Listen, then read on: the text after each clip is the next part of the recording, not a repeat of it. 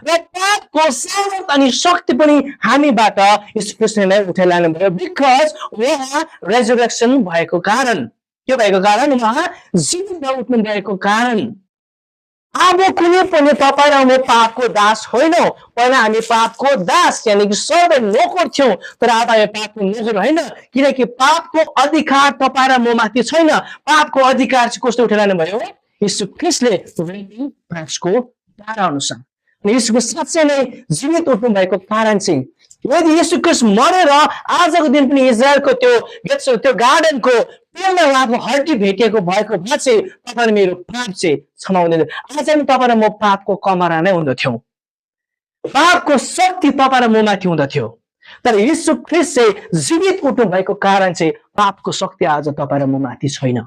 र पापको सामर्थ अनि शक्ति पनि हामीबाट यीशु ख्रीष्टले उठाइ लानुभयो बिकज उहाँ रेजरेक्सन भएको कारण के भएको कारण उहाँ जीवित उठ्नु भएको कारण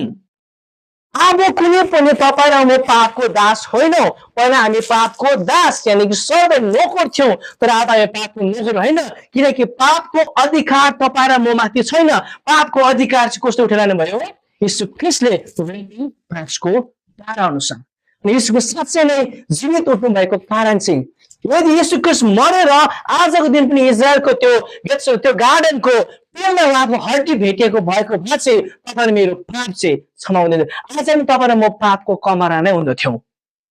पापको शक्ति तपाईँ र म माथि हुँदथ्यो तर यीशु ख्रीष्ट चाहिँ जीवित उठ्नु भएको कारण चाहिँ पापको शक्ति आज तपाईँ र म माथि छैन